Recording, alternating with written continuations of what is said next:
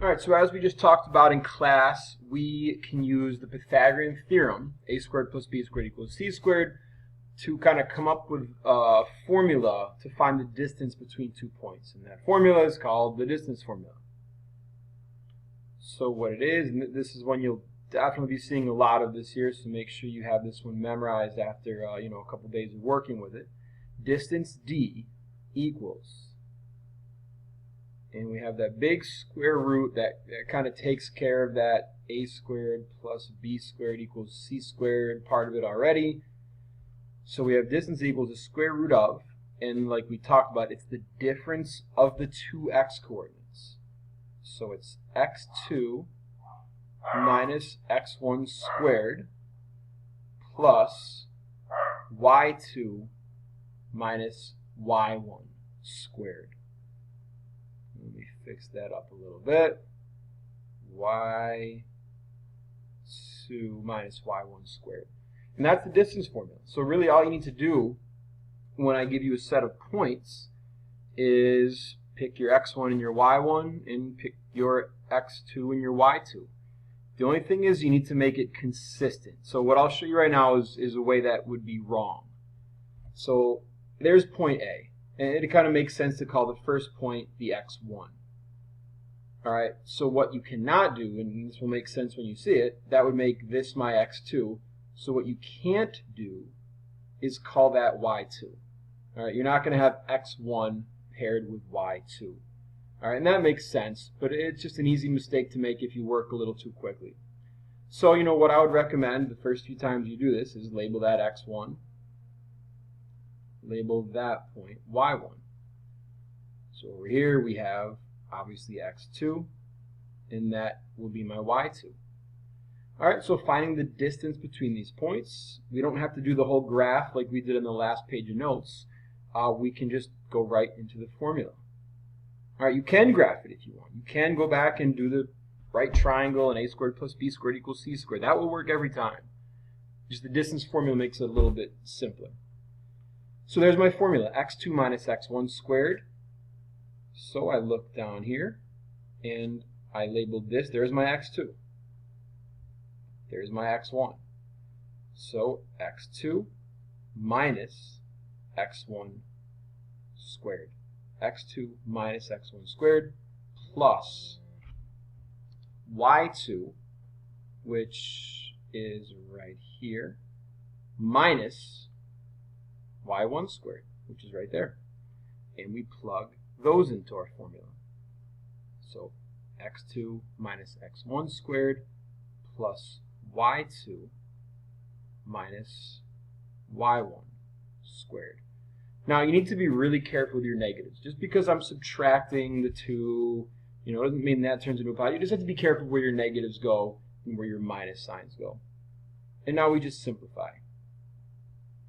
2 minus 5 is negative 3 squared. Notice how I use my parentheses there. Plus negative 2 minus 2 is negative 4 squared. And we simplify. This is where you can't trust your calculator. If you just type into your calculator negative 3 squared, that's going to give you an answer of negative 9. You guys all know that a negative times a negative is a positive. So forget that. Negative 3 squared, you can do that in your head. Negative 3 times negative 3 is 9. Negative 4 squared. Negative 4 times negative 4 is 16. So we have 9 plus 16. Add it together. 9 plus 16 is 25. And that's actually a perfect square. Square root of 25 is 5. There's your final answer. Alright, so that's the distance formula. Plug in your numbers carefully.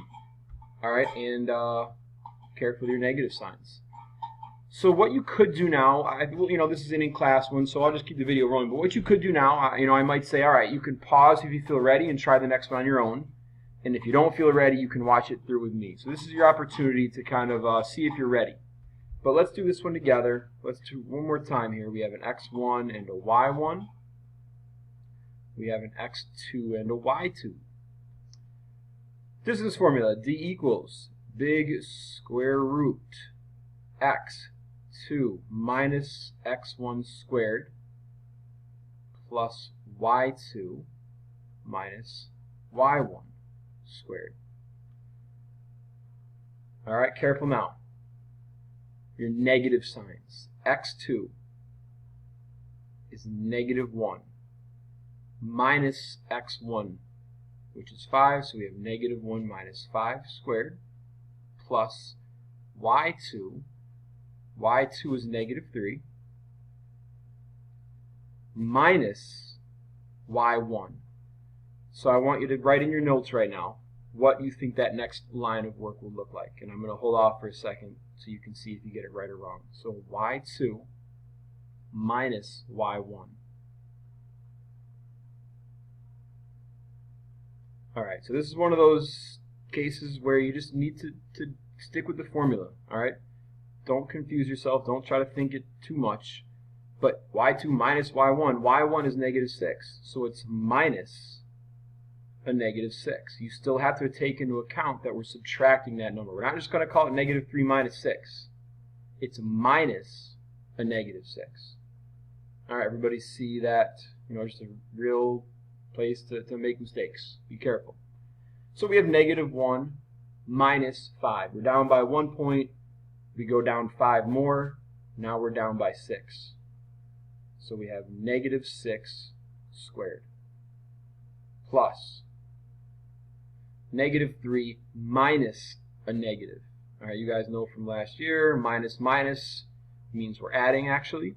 So we have negative 3 plus 6, which is positive 3 squared. All right, and you can use your calculator if you need, but it's there for you. All right, next line.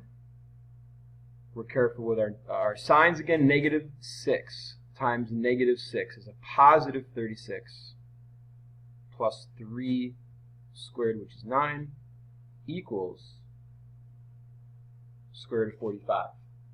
So that looks like a good answer. We're not done. Simplest radical form. This is why we did that first lesson yesterday, or Wednesday. Square root of 45, we want to break it down into 2 radicals. Alright, so 45, let's see, we know, what do we have? 15 times 3. 15 times 3. Those don't help us. Those are not perfect squares. So let's go down the side of our paper like I suggested. 2 times 2, 3 times 3, 4 times 4, 5 times 5, 6 times 6. Now we can see we're too big already. 36 and 25 is a little too big. 16 won't go in evenly. 9, however, does. So we have the square root of 9. And then you can go to your calculator, hit 45 divided by 9 to make sure. But I will tell you that it's 5. Alright, and we have found the right numbers. The square root of 9 is just 3. It's not the square root of 3. It's not 3 times 3. The square root of 9 is just 3. Square root of 5 we can't go any further with, so that stays as it is. So our final answer is 3 radical 5. Alright, so there's your distance formula. What you can do, I did a bad job with my number. That should say 4. You could try 4 out on your own if you think you need a little extra help. The first number 3, I'll put a star by it for you. This is what's on your online homework check. So normally that's what you do at home, but I want you to just try it out on your own right now. You have your laptops in front of you. Just practice logging into Schoology.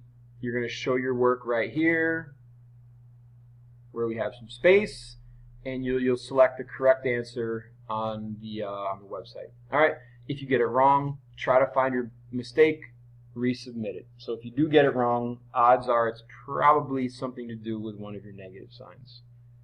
Alright, that's all. Good luck, and when we're done with this, we will see where we're at. Alright.